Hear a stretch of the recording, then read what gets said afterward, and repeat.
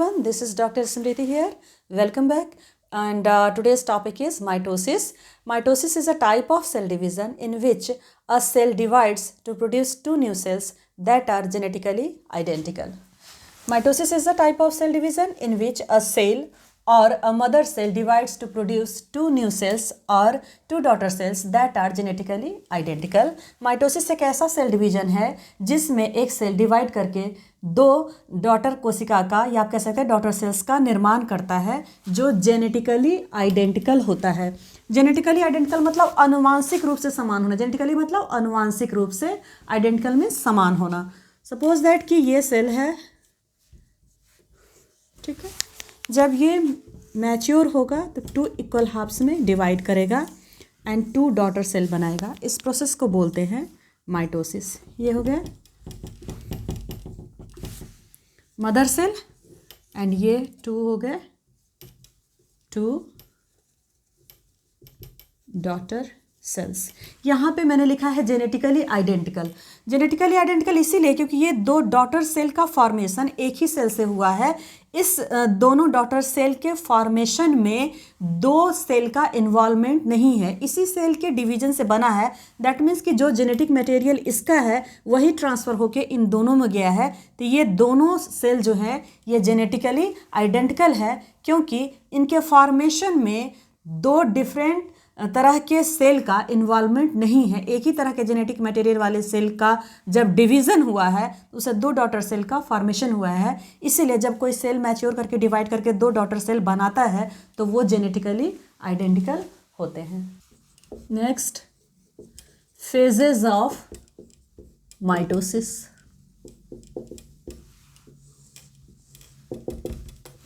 There are 4 basic phases of mitosis. Prophase,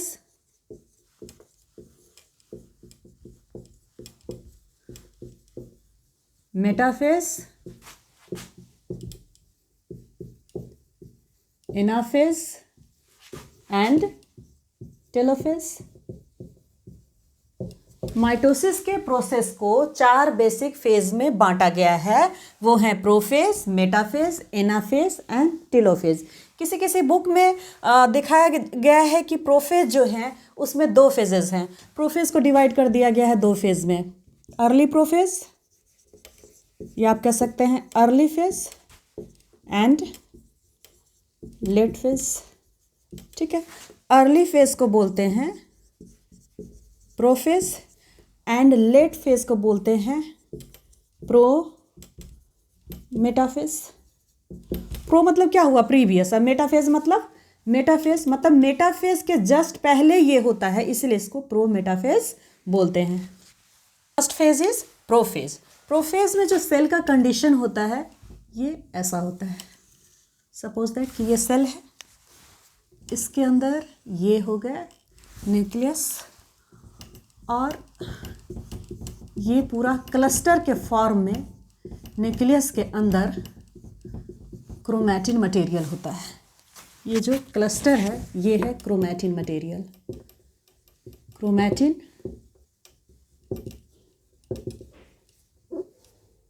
chromatin material ये हो गया सेल, ये हो गया न्यूक्लियर एनवेलप.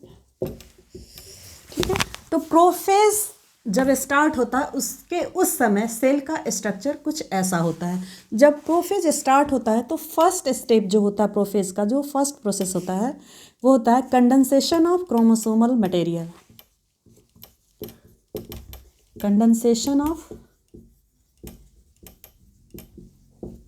Chromosomal material. ये न्यूक्लियस के अंदर जो मटेरियल है, ये क्रोमैटिन मटेरियल है, इसमें कंडेंसेशन स्टार्ट होता है. During condensation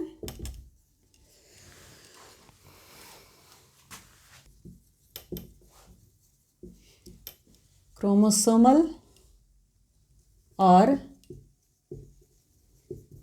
chromatin material untangled. Untangled मतलब होता है सुलझना. यहाँ पे जो आप देख रहे हैं क्रोमैटिन मटेरियल, एक उलझा हुआ धागा का जो गुच्छा होता है बिल्कुल वैसा ही दिख रहा है। तो कंडेंसेशन होने की वजह से जो क्रोमैटिन मटेरियल है वो अनटेंगल्ड होता है, मतलब सुलझा हुआ फॉर्म में अपीयर होने लगता है। Third step is centrosome.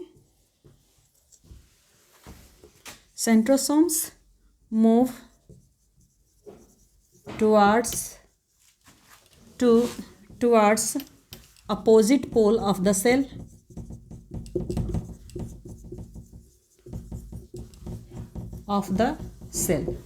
जो सेंट्रोसोम है इसका डुप्लीकेशन हो जाता है during S phase.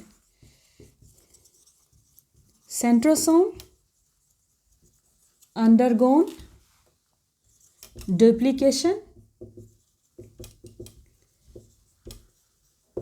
during S phase। ठीक है, डुप्लीकेशन का मतलब होता है डबल हो जाना, इसकी संख्या 2 हो जाती है।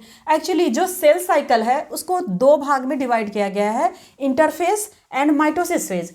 तो इंटरफेज जो है उसमें 3 फेजेस थे, G1 phase, S phase, last class में मैंने बताया था, G1 phase, S phase and G2 phase. तो S फेज को सिंथेसिस फेज बोलते हैं। इसमें डुप्लीकेशन होता है क्रोमैटिन मटेरियल का, साथ ही साथ जो सेंट्रोसोम होता है इसका भी डुप्लीकेशन होता है। तो जब ये जो सेंट्रोसोम है ये 2 हो जाते हैं आफ्टर S फेज, या आप कह सकते हैं इंटरफेज का जो S फेज होता है उसमें सेंट्रोसोम का डुप्लीकेशन होता है, जिसकी वजह से ये 2 हो जाते हैं। और इस दोनों सेंट्रोसोम का सेल के अंदर मूवमेंट होता है अपोजिट पोल के तरफ। Each centrosome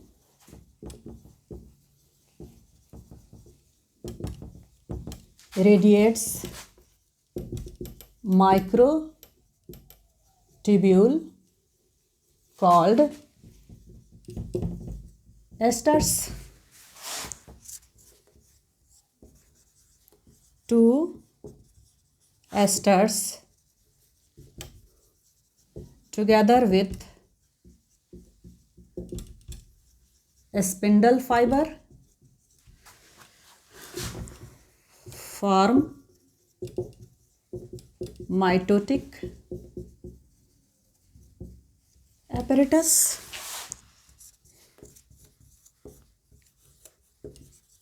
Golgi complex, endoplasmic reticulum, nucleolus and nuclear envelope disappear। ठीक है, सपोज दैट कि ये सेल है, ये हो गया न्यूक्लियस। न्यूक्लियस के अंदर हो गया ये क्रोमैटिन मटेरियल।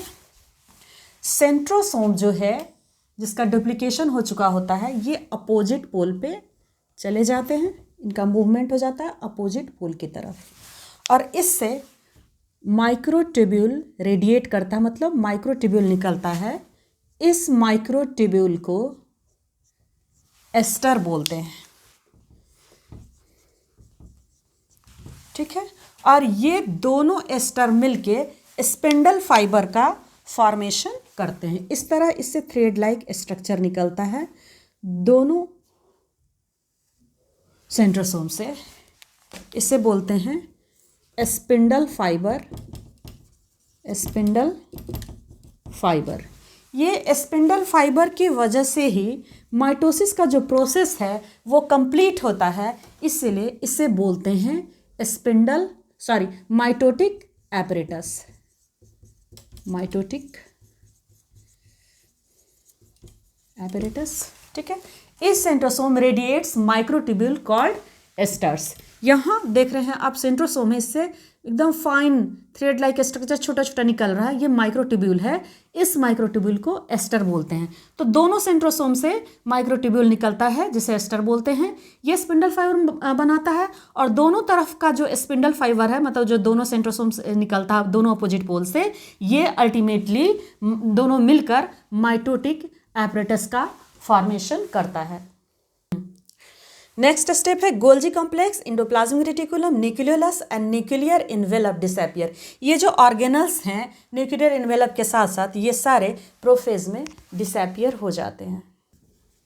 मेटाफेज,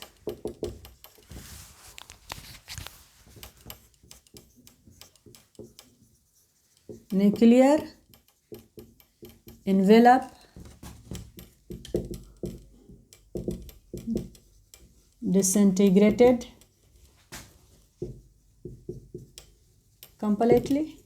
मेटाफेज में न्यूक्लियर इन्वेलप जो है, ये जो आप देख रहे हैं, ये पूरी तरह से गायब हो जाता है।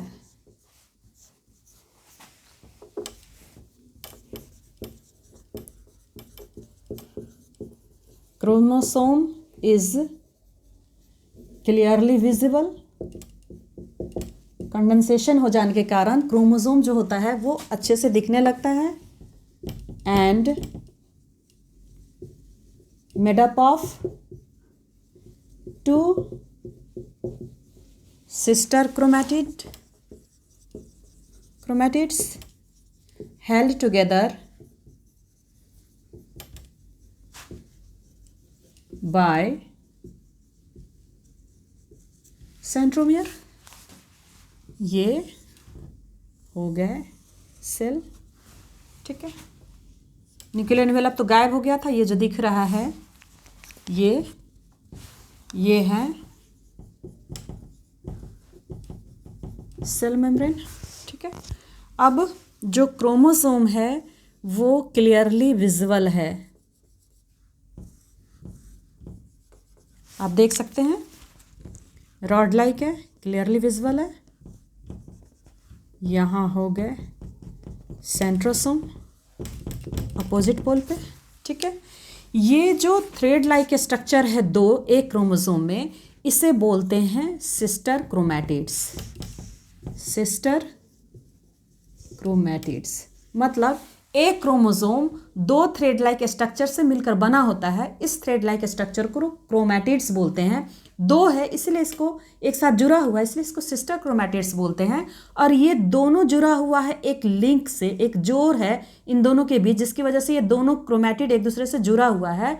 इसे बोलते हैं सेंट्रोमियर, ठीक है।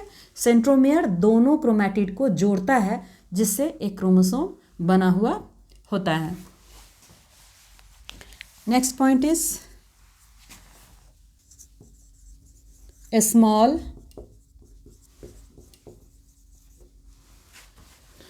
disc-shaped structure appear on the surface of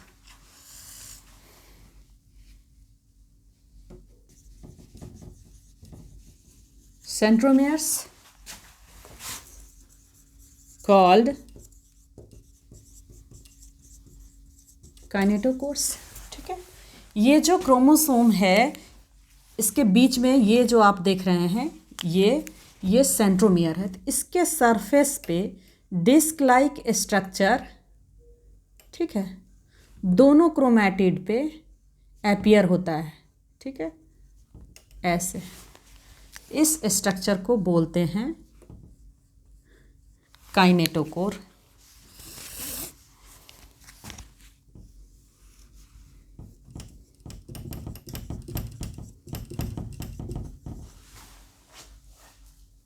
spindle fibres attach to the kinetochores of the chromosome. Spindle fibre जो है वो क्रोमोसोम के काइनेटोकोर से अटैच्ड हो जाता है। मैंने बताया कि ये क्रोमोसोम है, ठीक है। क्रोमोसोम में ये एक क्रोमैटिड है, ये दूसरा क्रोमैटिड है, और ये जो आप देख रहे हैं दोनों क्रोमैटिड एक दूसरे से जुड़ा हुआ है, जिस स्ट्रक्चर से इसे सेंट्रोमियर कहते हैं।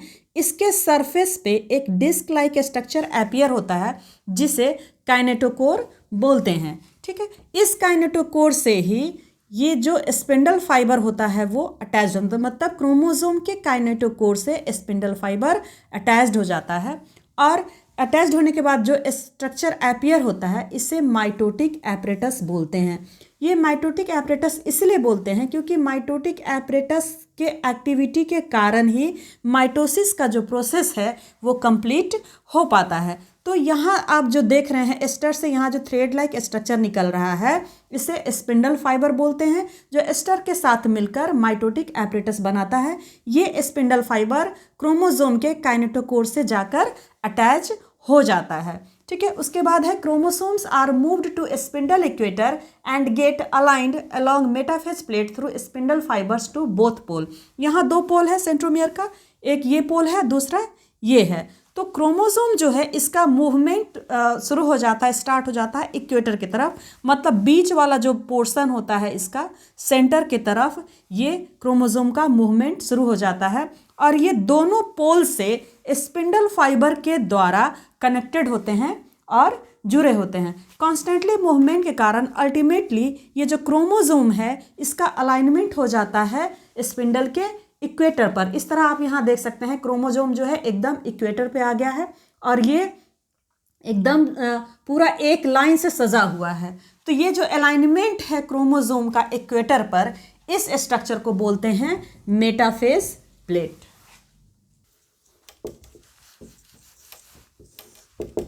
लिख लेने देंगे। This is anaphase because of contraction of a spindle fiber from each pole, centromeres split and chromatids separate।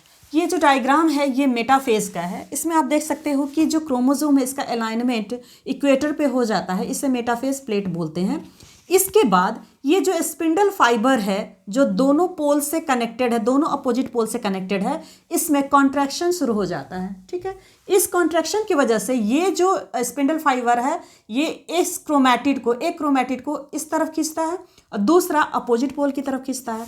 ये लगातार इसके बीच खिंचाव होने के कारण जो क्रोमैटिड जुड़ा हुआ है सेंट्रोमियर से, यहाँ पे देख सकते हैं कि ये जो आप देख सकते हैं कनेक्शन है, इसे सेंट्रोमियर कहते हैं। ये सेंट्रोमियर ब्रेक कर जाता है, मतलब टूट जाता है। ठीक है, और इसके टूटने की वजह से, क्योंकि सेंट्रोमियर से ही दोनों सिस्टर क्रोमैटिड अटैच्ड होते हैं, तो सेंट्रोमियर जैसे ही टूटता है दोनों क्रोमैटिड अलग हो जाते हैं और ये खिंचाव हो रहा होता है दोनों पोल की तरफ। तो एक क्रोमैटिड जो है एक पोल की तरफ इसका मूवमेंट हो जाता है और दूसरे क्रोमैटिड का अपोजिट पोल की तरफ मूवमेंट हो जाता है और इस तरह का स्ट्रक्चर फॉर्म होता है। आप यहाँ देख सकते हैं कि ये जो क्रोमैटिड है ये दोनों एक दूसरे से अलग हो गए हैं बिकॉज ऑफ इसके बीच का जो सेंट्रोमियर है वो ब्रेक कर गया है, टूट गया है। ठीक है, तो एनाफेज में because of contraction of spindle fibre from each pole, centromeres split and chromatids separate, chromatids move to opposite pole. तो ये जो सेंट्रोमियर है लगातार कॉन्ट्रैक्शन होने के कारण दोनों अपोजिट पोल से स्पिंडल फाइबर के थ्रू सेंट्रोमियर ब्रेक कर जाता है क्रोमोसोम के अंदर का और दोनों क्रोमैटिड सेपरेट हो जाते हैं और फिर ये दोनों क्रोमैटिड अपोजिट पोल की तरफ मूव कर जाते हैं। तो ये जो स्ट्रक्चर है ये है anaphase.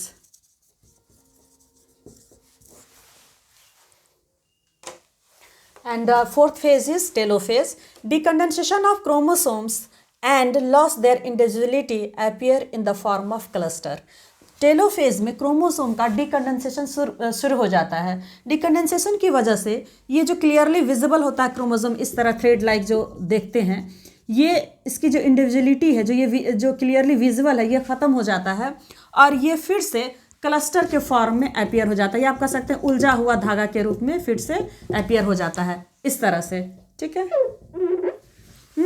Nuclear envelope develops around the chromosome at each pole forming two daughter nuclei. और इसके चारों तरफ से न्यूक्लियर इन्वेलप का फॉर्मेशन हो जाता है। इस तरह से दो न्यूक्लियाई का फॉर्मेशन होता है। सपोज दैट कि ये सेल है, ठीक है, और डिकंडेंसेशन होने की वजह से क्रोमैटिन मटेरियल या आप कह सकते हैं क्रोमोसोम कुछ ऐसा दिखने लगता है। ठीक है, और इसके बाद इसके चारों तरफ न्यूक्लियर इन्वेलप का फॉर्मेशन हो जाता है। जैसे ही न्यूक्लियर इन्वेलप का फॉर्मेशन होता है ये बन जाता है टू डॉटर न्यूक्लियाई।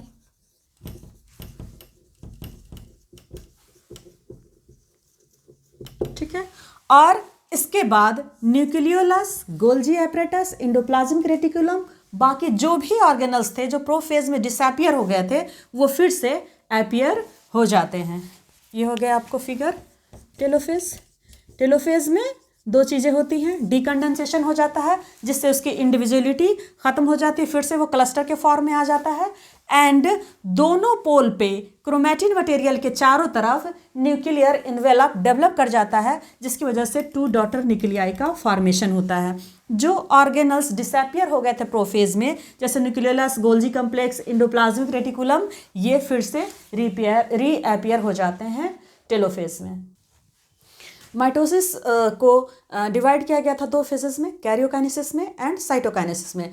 कैरियोकाइनेसिस मतलब डिवीजन ऑफ न्यूक्लियस। तो ये जो सारे फेजेस थे, प्रोफेज, मेटाफेज, एनाफेज, टेलोफेज, ये कैरियोकाइनेसिस के पार्ट थे। मतलब इसके थ्रू न्यूक्लियस का डिवीजन होता है। एंड नेक्स्ट स्टेप होता है cytokinesis. Cytokinesis means division of cytoplasm. और जैसे ही साइटोकाइनेसिस कंप्लीट होता है, एक सेल डिवाइड करके दो डॉटर सेल का निर्माण करता है।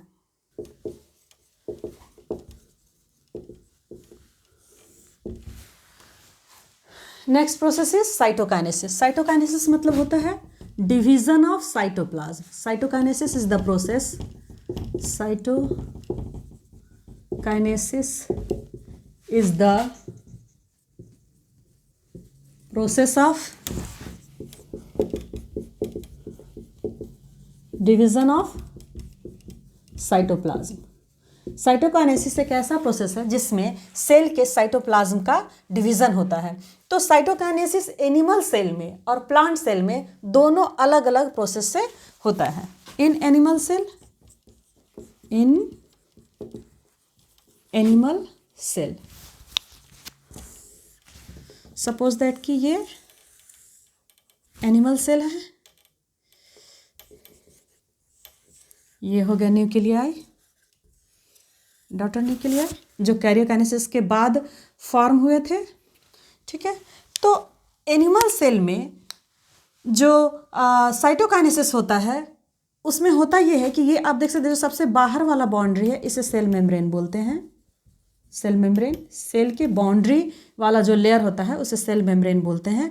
इस सेल मेम्ब्रेन में फॉरो अपीयर हो जाता है, मतलब एक कट अपीयर हो जाता है। ये इसे बोलते हैं फरो, ये अपीयर होता है। तो ये दोनों साइड से अपीयर होता है। ठीक है, और फिर ये ग्रेजुअली डिपेंस करता जाता है, मतलब सेंटर की तरफ दोनों तरफ से बढ़ता जाता है और फाइनली ये एक दूसरे से अटैच हो जाता है सेंटर में। ठीक है, जैसे ही ये अटैच करता है, सेल जो है ये टू इक्वल हाफ्स में डिवाइड कर जाता है और इस तरह एक सेल से दो डॉटर सेल का फॉर्मेशन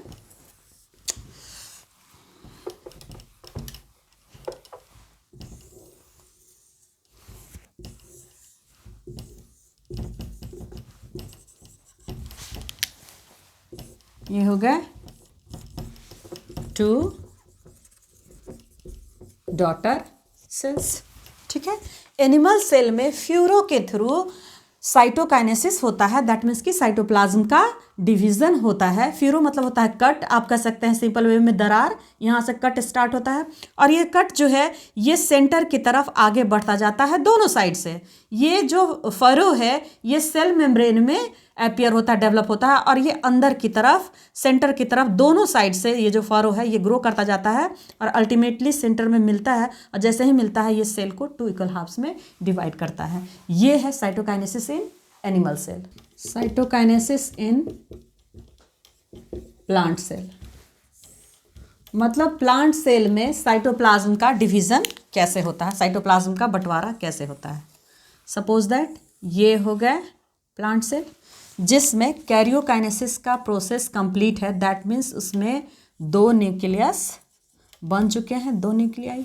ठीक है, तो जो प्लांट सेल होता है उसका जो आउटर मोस्ट बाउंड्री होता है उसको बोलते हैं सेल वॉल।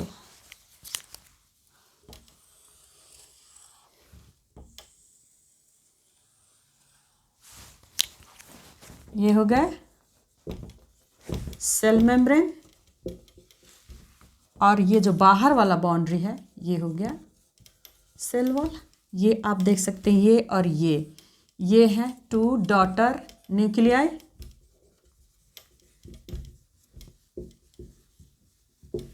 ठीक है। अब क्या होता है प्लांट सेल में कि इसका जो सेंटर होता है यहाँ पे एक सेल प्लेट अपीयर होता है, मतलब डेवलप कर जाता है, और इस सेल प्लेट का जो ग्रोथ है ये बाहर की तरफ आउटवर्ड डायरेक्शन में ये ग्रो करने लगता है। ये सेल प्लेट जो है एक्चुअली ये प्रिकर्सर ऑफ सेल वॉल है, प्रिकर्सर ऑफ सेल वॉल। ठीक है, प्रिकर्सर मतलब होता है प्रीवियस फॉर्म, प्रारंभिक अवस्था। ठीक है, तो ये प्रिकर्सर है। ठीक है, इसे सेल प्लेट कहते हैं। ये सेंटर में अपीयर होता है और ये आउटवर्ड डायरेक्शन की तरफ ग्रो करता है, और अल्टीमेटली जो लेटरल वॉल होता है ये इससे जाके जुड़ जाता है। यहाँ जैसे ही ये लेटरल सेल वॉल से जुड़ता है, मतलब दोनों तरफ जैसे ही जुड़ता है, साइटोप्लाज्म का डिवीजन हो जाता है और 2 डॉटर सेल का फॉर्मेशन होता है। ये हो गए 2 डॉटर सेल्स। ठीक है, साइटोप्लाज्म के डिवीजन के साथ ही बाकी जो ऑर्गेनल्स होते हैं, mitochondria, Golgi body, endoplasmic reticulum etcetera, इन सारे ऑर्गेनल्स का भी इक्वली डिवीजन हो जाता है साइटोप्लाज्म के साथ ही। इस तरह एक सेल से 2 सेल का फॉर्मेशन होता है। तो ये हो गए साइटोकाइनेसिस इन प्लांट सेल। और आज के लिए इतना ही। माइटोसिस का जो प्रोसेस है वो कंप्लीट हो गया है, एंड नेक्स्ट क्लास में हम नेक्स्ट टॉपिक डिस्कस करेंगे। आप सबको अगर मेरा वे ऑफ टीचिंग पसंद आ रहा हो तो मेरे चैनल को सब्सक्राइब करें, लाइक करें, शेयर भी करें, एंड बेल आइकन को प्रेस करें ताकि नए वीडियो के जो नोटिफिकेशन है आप तक जल्द से जल्द पहुंच सके। Thank you very much.